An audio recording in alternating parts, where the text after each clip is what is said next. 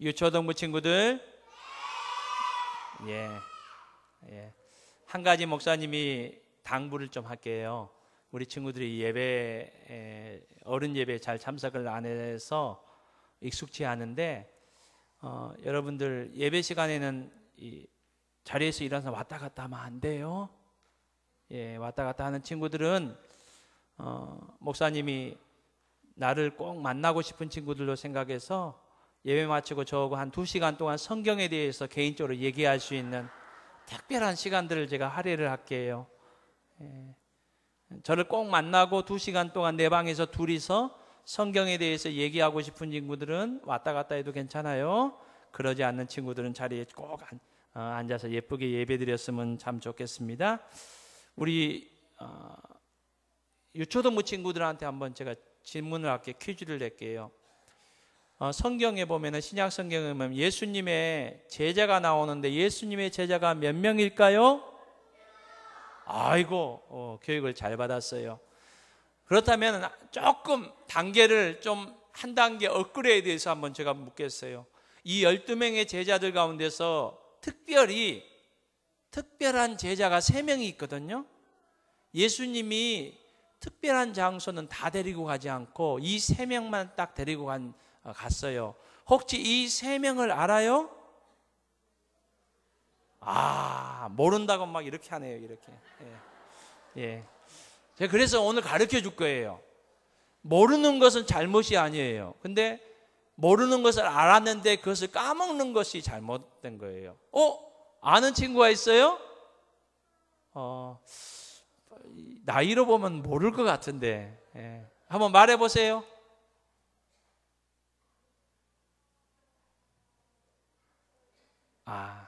엄마가 자꾸 옆에서 꼬집는데 애를 그렇게 학대하면 안 됩니다. 내가 너를 구원해 줄게. 3명이에요. 우리 중고등부 친구들 물어도 중고등부 친구들도 조금 난해할 것 같고, 청년대학부, 제가 창피 안 당하도록 제가 하겠습니다. 베드로, 그리고 또 야고보, 요한, 이 3명입니다. 여러분, 성경에 보면은 이 예수님께서 한번 높은 산에 올라갔어요. 그 산의 이름은 성경에 나오지 않아요. 그렇지만 우리는 그 산을 변화산이라고 해요. 왜냐하면 그 산에 올라가서 예수님의 모습이 너무나도 아름답게 변했거든요. 그래서 변화산이라고 해요. 여러분, 그 산에 예수님께서 3명을 데리고 왔는데 누구를 데려갔을까요? 저는 어려운 질문 안 해요?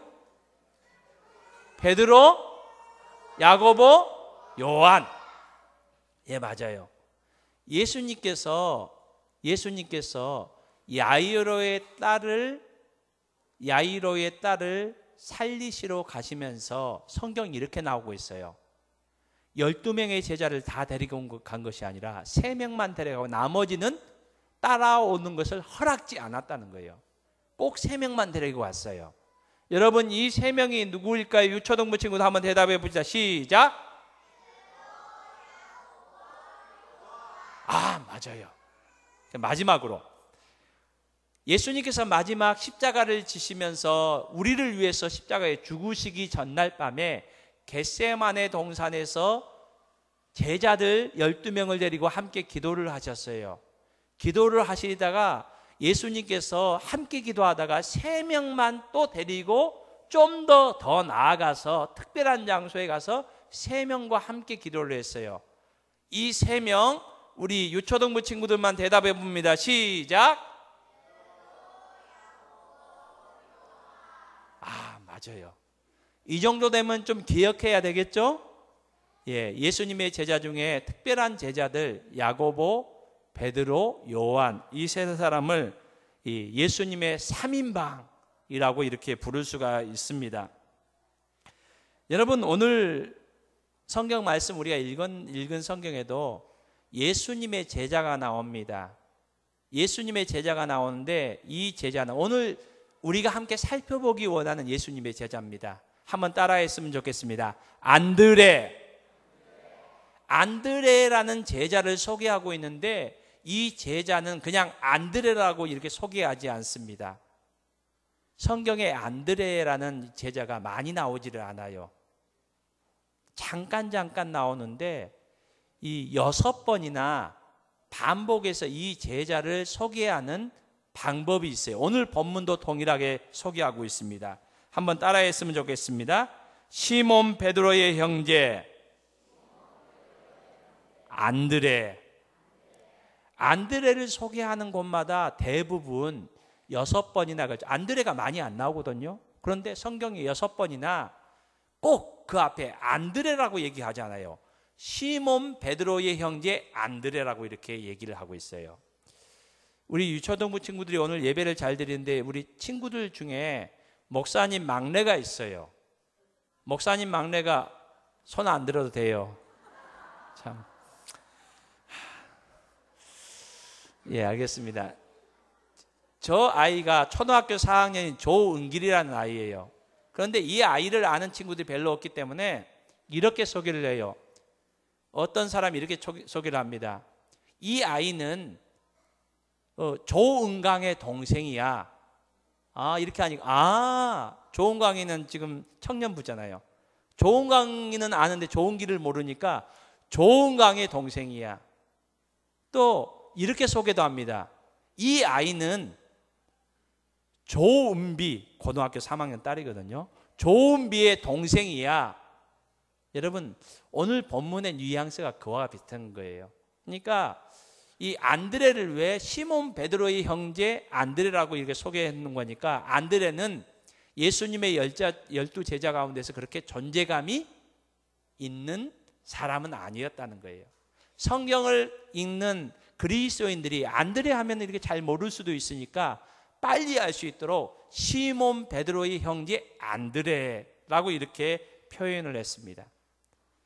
여러분, 어떻게 보면 안드레는 그렇게 부각되지 않고 존재감이 없는 예수님의 제자일 수 있습니다. 그렇지만은 여러분, 한번 제가 또 질문을 하겠습니다. 예수님의 12제자가 한꺼번에 예수님의 제자가 된 것은 아닙니다. 순차적으로 예수님의 제자가 됐어요. 그렇다면 예수님의 제1호 제자 하면 누구를 얘기할까요? 저는 어려운 질문하지 않습니다. 예수님의 제1호 제자,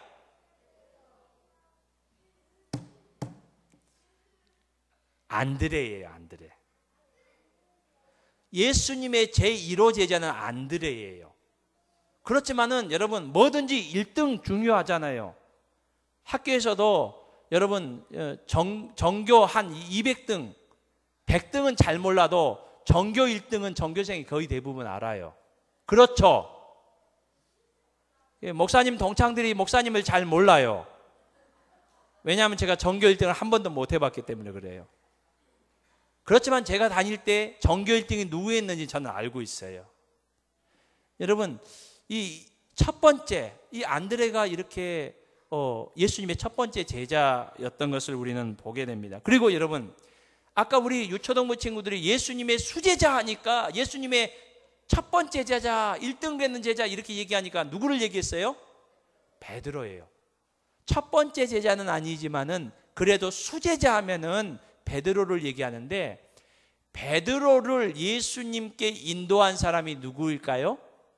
안드레입니다. 왜냐하면 안드레의 형제였기 때문에 안드레가 베드로를 예수님께 인도했습니다. 성경에서 안드레에 대해서 우리가 잘 알려주지 않기 때문에 우리가 안드레에 대해서 잘 몰라요. 우리는 어떤 사람을 만나면은 그 사람의 외모, 또 얼굴의 모습, 그 모습을 보고 우리가 이 사람은 어떤 사람이겠다라는 것을 추정해 볼 수가 있어요. 그렇지만 얼굴을 모르면은 그 사람의 이름을 통해서 이 사람의 이름을 듣고 이 사람은 이럴지 않을까라는 그런 마음을 갖게 돼요. 여러분, 야고보의 사진은 지금 남아있지 않아요. 그래서 죄송합니다. 야고보가 아니고 안드레의 사진은 지금까지 남아있지 않아요. 그렇다면은 안드레의 이름을 통해서 우리에게 다가오는 느낌은 어떤 느낌일까요? 여러분, 안드레 하면은 어떤 느낌이 여러분에게 다가와요? 저는 예수님의 제자 안드레 하면은요, 우리나라 분인데 이분이 생각이 나더라고요. 제가 말씀드릴게요. 혹시 여러분도 제 생각이 비슷한가 한번 들어보세요. 혹시 앙드레 김 아세요? 예, 앙드레 김. 앙드레 김 하면 좀 뭔가 우아하고 부드럽고 그러잖아요. 그분이 이 패션 디자이너인데 말씀하시는 거 보면 참 우아해요. 앙드레 김처럼요. 이 안드레 좀 비슷하지 않아요? 앙드레 김 이 패션 디자이너에 대해서 참 부드러운 분이다 이렇게 생각을 했는데, 제가 몇 해 전에 방송에서 이분의 실명을 듣고 제가 한번 좀 많이 웃었어요. 이분의 실명이 김봉남 씨라면서요. 패션 디자이너이기 때문에 이 실명인 김봉남보다는 앙드레 김이라고 이렇게 하시는 것이 훨씬 더 이렇게 좋은 것 같아요. 여러분, 안드레 하면은 좀 부드러운 느낌을 받는데, 여러분 실제로는 그 이름이 그런 뜻이 아니에요. 안드레라는 이름의 뜻은, 한번 우리 유초등부만 따라했으면 좋겠습니다. 남자답다. 요즘으로 말하면 남자 중에 남자, 상남자라는 거예요. 여러분, 안드레의 또 직업이 뭡니까? 어부였습니다. 직업 특성상 그 이름의 뜻과 같은 이 상남자 스타일의 인물이 아닐까라고 이렇게 우리가 생각을 해봅니다. 여러분, 그렇다면은 이름이 주는 의미 말고, 이 성경이 안드레에 대해서 그렇게 많이 우리에게 소개해 주지 않지만은, 그래도 안드레가 성경에 등장한 그 몇몇 장면을 보면서 이 안드레가 어떤 사람이었는지를 우리가 살펴보기를 원합니다. 저는 오늘 어린이 주일을 맞이해서 우리의 자녀들이, 우리 어린이들이, 그리고 우리의 성도들이 이 안드레의 믿음을 닮아가기를 소원합니다. 우리 어린 친구들이, 우리의 자녀들이 롤 모델로 안드레를 이렇게 삼고 안드레의 신앙을 닮아갈 수 있는 은혜가 이 시간 있기를 주님의 이름으로 축복합니다. 여러분, 오늘 안드레가 등장하는 첫 장면이 나옵니다. 40절에 보면은 안드레가 등장하는데, 오늘 본문은 이런 내용이에요. 안드레가 예수님의 제자가 되는 그 광경을 오늘 보여주고 있습니다. 예수님의 12 제자 중에 첫 번째로 예수님의 부르심을 받고 예수님의 제자가 되는 그 광경을 오늘 본문에 말씀해 주고 있습니다. 여러분, 저는 이 장면을 보면서 좀 앞부분을 좀 더 살펴봤으면 좋겠습니다. 우리가 35절부터 보았는데 35절에는 이렇게 얘기합니다. 원래 안드레가 예수님의 제자가 되기 전에 세례 요한의 제자였다라고 이렇게 말씀하고 있습니다. 여러분, 그 당시 세례 요한의 제자가 된다는 것은 어떤 의미를 가지고 있을까요? 마태복음 3장 4절 말씀에 보면 세례 요한에 대해서 이렇게 얘기합니다. 세례 요한은 낙타 털옷을 입었다라고 이렇게 말합니다. 그리고 그는 광야에서 메뚜기와 석청으로 그는 먹고 살았다라고 이렇게 말합니다. 요즘 관점에서 생각하면은 메뚜기, 석청, 웰빙 음식이네, 이렇게 생각할 수도 있을 것 같습니다. 그렇지만은 여러분, 그 당시 지금 이 세례 요한이 낙타 털옷을 입었고 메뚜기와 석청을 먹었고, 그리고 그의 이 세례 요한의 별명이, 우리 청년들, 제가 청년들 너무 소외시킨 것 같아서 청년들 한번 따라 합시다. 이 세례 요한의 별명입니다. 광야에 외치는 소리.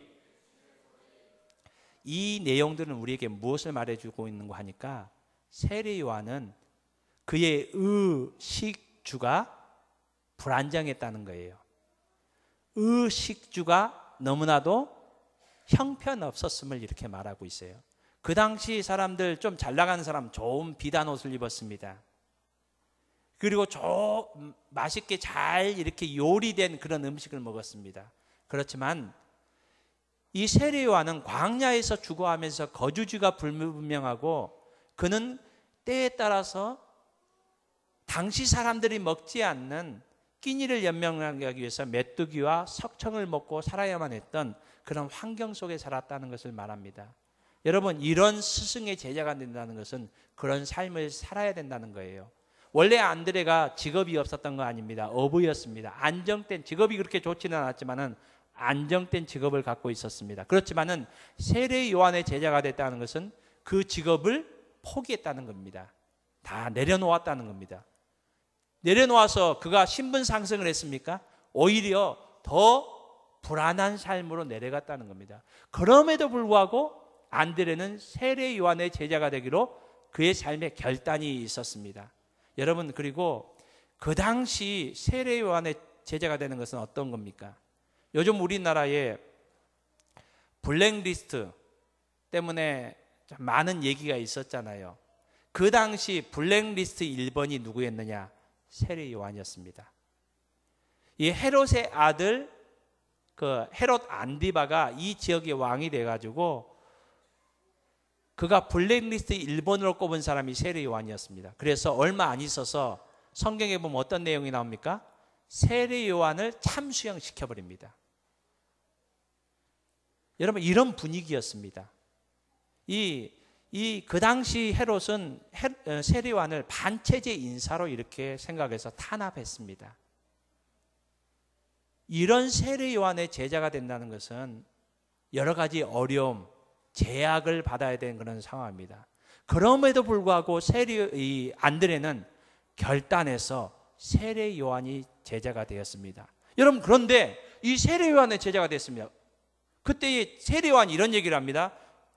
그 옆에 지나가신 예수님을 보며 하나님의 어린 양이 지나간다 라고 이렇게 예수님에 대해서 얘기합니다. 이 말은 뭔고 하니까 저분이 메시아다 라고 이렇게 말합니다. 그 속뜻은 뭐냐면은 내가 너희들에게 얘기했던 장차 오실 메시아가 이분이다. 너희들은 이분을 따라라 라는 그 모든 의미가 이 세례 요한의 말 속에 들어 있습니다. 이 말을 들은 안드레는 자기의 스승에게 어떤 질문하지 않습니다. 오늘 본문에 보면 그대로 그 말씀에 순종해서 예수님의 제자가 되었음을 오늘 성경은 우리에게 말씀해 주고 있습니다. 요즘 세상에 이렇게 관점으로 보면은 그 당시 안드레는 이 우선순위가 분명한 사람이다라고 말할 수 있습니다. 또 다른 말로 하면 가치 있는 일을 위해 즉시 결단할 줄 아는 사람이다라고 이렇게 평가할 수도 있습니다. 저는 이 안드레를 이렇게 평가하고 싶습니다. 우리 유초등부 친구도 한번 따라합시다. 메시아에게 생명을 건 사람. 다른 말로 하면은요, 예수님께 인생을 건 사람입니다. 여러분, 안드레는 그렇게 특별하고 다른 사람들에게 두드러진 그런 사람은 아니었습니다. 그렇지만 오늘 성경은 안드레는 예수님께 인생을 건 사람이라 이렇게 말씀해 주고 있습니다. 왜 안드레가 예수님께 인생을 걸었을까요? 예수님은 오늘 우리에게 말씀하십니다. 나는 곧 길이요 진리요 생명이다. 사랑하는 우리 주일학교 우리 친구 여러분들, 여러분의 인생을 우리의 인생의 길과 진리와 생명이 되신 예수님께 여러분의 인생을 거는 우리 복된 친구들 다 될 수 있길 주님의 이름으로 축복합니다. 사랑하는 성도님 여러분, 우리의 자녀들을 우리의 인생의 참된 길이 되시며 참된 진리가 되시며 참된 생명이 되신 우리의 구원자 되신 예수님께 인생을 드릴 수 있는 우리의 자녀들을 양육할 수 있는 우리 모든 부모님들 될 수 있기를 주님의 이름으로 축복합니다. 여호수아서 24장에 보면은 여호수아가 마지막에 이스라엘 백성들을 다 불러서 이스라엘 백성들에게 너희는 이 땅에 거하는 가나안 신을 섬기든지 하나님의 신을 섬기든 하나님을 섬기든지 둘 중에 택하라라고 이렇게 권면하면서 여호수아는 스스로 이렇게 고백을 합니다. 오직 나와 내 집은 여호와를 섬기겠노라. 여러분, 이 고백이 오늘 가정주의를 맞이하는 어린이 주의를 맞이하는 우리 모든 가정에 믿음의 고백이 될 수 있기를 주님의 이름으로 축복합니다. 두 번째 장면은 41절과 42절에 나오는 내용입니다. 안드레는 그의 형제 베드로를 예수님께 데리고 옵니다. 그리고 예수님을 소개하고 있습니다. 메시아이신 예수님을 만난 이후에 가장 먼저 했던 행동이 바로 형제인 베드로를 예수님께 인도한 내용입니다. 여러분, 안드레가 그의 형제 베드로에게 내가 메시아를 만났다라고 이렇게 얘기하면서 예수님 만나러 가자 할 때 베드로의 반응이 어떠합니까? 베드로는 아직 예수님을 만나본 적이 없는 그런 상황입니다. 베드로는 지금 예수님에 대해서 알지 못하기 때문에 그가 예수님께 나아가는 것은 전적인 안드레의 말만 듣고 가는 겁니다. 그렇기 때문에 예수님보다는 안드레를 신뢰하면 갈 수 있고 신뢰하지 못하면 가지 못하는 상황입니다. 여러분, 우리가 전도할 때 가장 힘든 대상, 전도의 대상이 누구입니까? 대부분 남편이고요, 아내이고요, 우리의 자녀들이고요, 형제고요, 부모님입니다. 여러분, 나에 대해서 잘 모르는 사람에게 전도하기 쉽지 나를 너무나도 잘 아는 사람에게 전도하기는 그렇게 쉽지 않은 것이 우리의 상황과 우리의 모습은 아닙니까? 제가 2주 전인가 우리 교회 지금 자녀들 가운데서 군복무를 하고 있는 아이들이 있는데 제가 할 수만 있으면 휴가 나오면 같이 점심을 하려고 노력을 합니다. 우리 한 친구, 군대에서 휴가 나온 친구하고 이렇게 나와서 점심 식사를 하던 중이었습니다. 이 친구에게 물어봤습니다. 요새 이 군대에서는 이제 대통령 선거를 앞두고 있는데 누구의 어떤 후보에게 호감을 가니 너는 이번에 보니까 첫 번째 대통령 선거더라고요. 그래서 너는 누구에게 호감이 있니? 누구를 찍고 갔니? 이렇게 물어봤습니다. 그러니까 이 아이가 청년이 이런 대답을 하더라고요. 저한테. 목사님, 저는 이번에 처음 투표이기 때문에 또 그리고 후보자들에 대해서 잘 모르기 때문에 저는 저희 아버지에게 물어봐서 아버지가 찍으라 한 사람을 찍겠습니다. 제가 그 대답에 충격을 받았어요.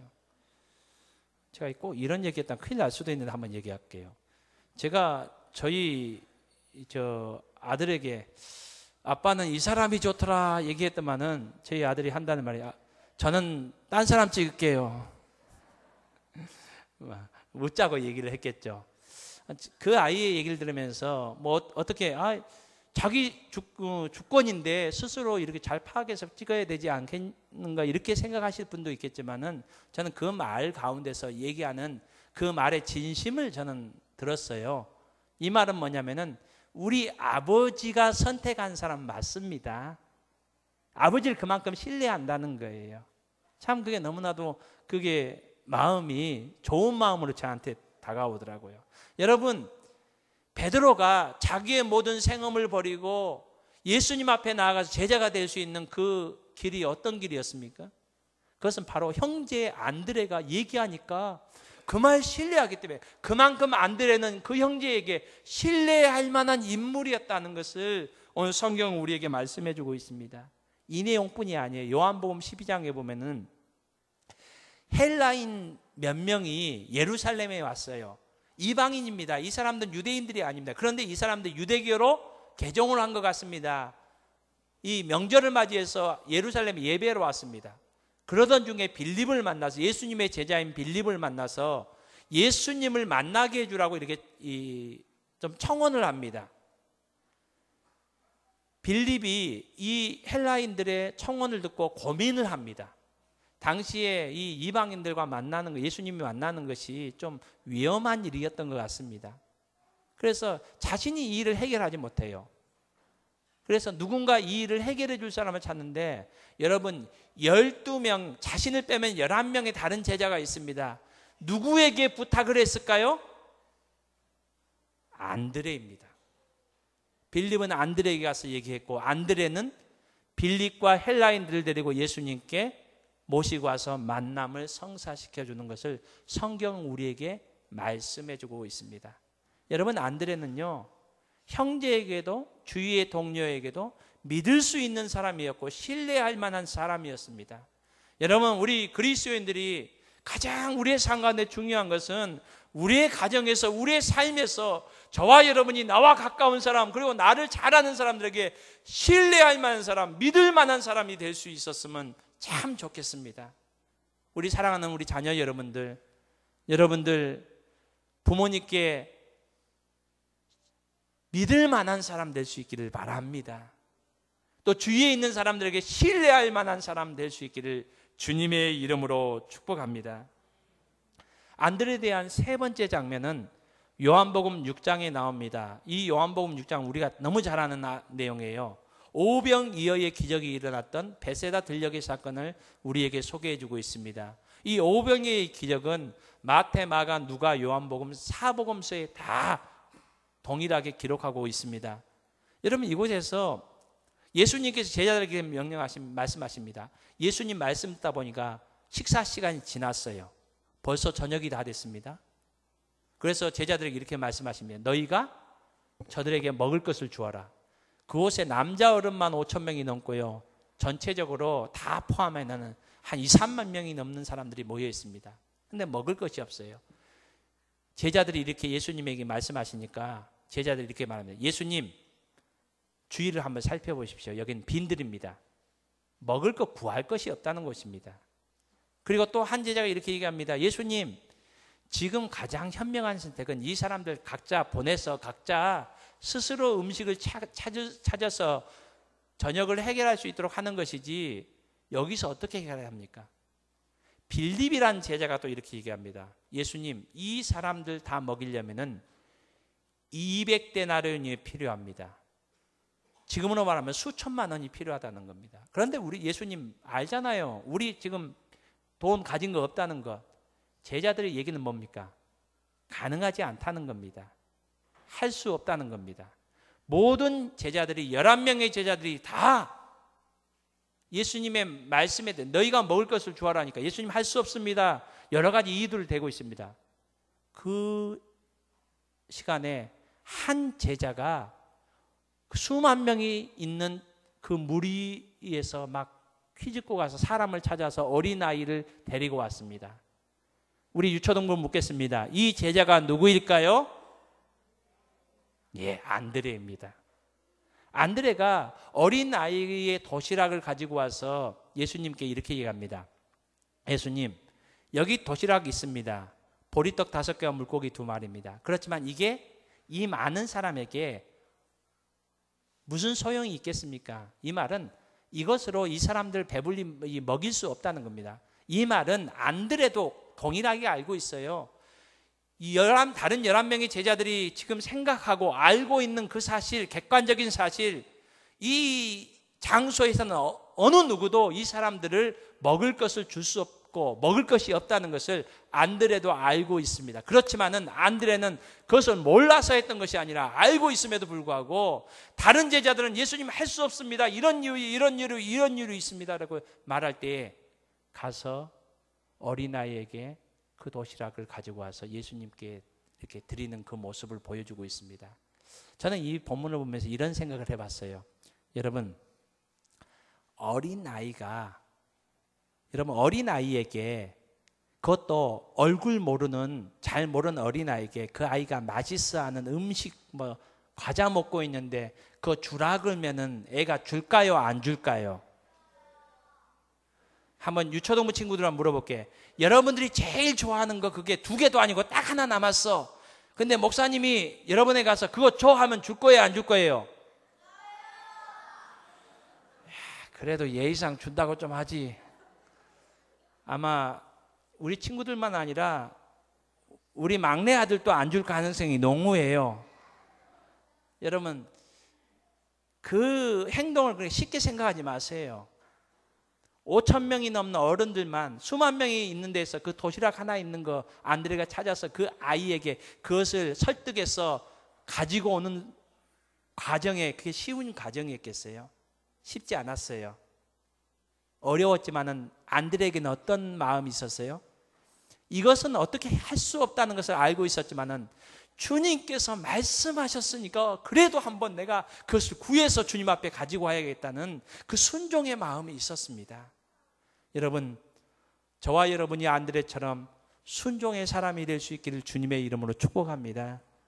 베세다들에게 놀라운 기적의 은혜는 바로 순종의 사람 안드레의 그 믿음에 의해서 그 잔치가 열어졌음을 오늘 성경 우리에게 말씀해 주고 있습니다. 안드레는 그렇게 많은 사람들에게 드러난 사람이 아니었습니다. 유명한 사람이 아니었어요. 그래서 성경에서도 시몬 베드로의 형제 안드레라고 이렇게 표현하고 있습니다. 그렇지만은 안드레에게는 다른 사람이 갖지 않고 있던 그 아름다운 믿음의 신앙이 있었습니다. 그래서 하나님께서는 이 안드레를 통해서 하나님의 복음을 널리 펼쳐지게 하셨습니다. 여러분, 스코틀랜드라는 나라가 있습니다. 이 나라에는, 여러분, 안드레는 원래 유대인이에요. 스코틀랜드는 유럽 북쪽이잖아요. 근데 이 스코틀랜드에 가면은 세인트 앤드루스라는 도시가 있습니다. 세인트라는 성자라는 뜻이잖아요. 바로 안드레의 이름을 가지고 있는 도시가 있다는 겁니다. 이 말은 안드레의 복음의 그 사역이 거기까지 영향력을 미쳤다는 겁니다. 여러분, 스코틀랜드가 독립국가는 아니지만 영연방이잖아요. 이 스코틀랜드에 국기가 있습니다. 한번 국기를 한번 보여주시면 감사하겠습니다. 이게 스코틀랜드의 국기입니다. 여러분, 이 X자가 있잖아요. 이 X자가 스코틀랜드 국기를 만들면서 이 X자가 무엇을 의미하는지 아십니까? 저것은 바로 안드레의 십자가입니다. 이 교회사에 가면 안드레가 이 마지막 순교를 당할 때 X자의 그 십자가에 못 박혀서 순교했습니다. 스코틀랜드는 그 국기를 세우면서 이 안드레의 십자가를 자기 나라의 국기로 삼았습니다. 왜 그랬을까요? 안드레의 그 복음의 역사가 이 지역까지 영향을 미쳤기 때문에 이렇게 되었습니다. 사랑하는 성도 여러분, 저와 여러분의 삶 가운데 하나님의 은혜로 말미암아 저와 여러분의 삶이 많은 사람들에게 영향력을 끼치는 아름다운 사람들 될 수 있길 주님의 이름으로 축복합니다. 특별히 우리 어린아이들이 유치부, 유초등부, 중고등부, 청년대학부 친구들이 이 나라에 그 세계에 많은 영향력을, 좋은 영향력을, 복음의 영향력을 끼칠 수 있는 안드레와 같은 믿음의 사람들이 다 될 수 있기를 주님의 이름으로 축복합니다.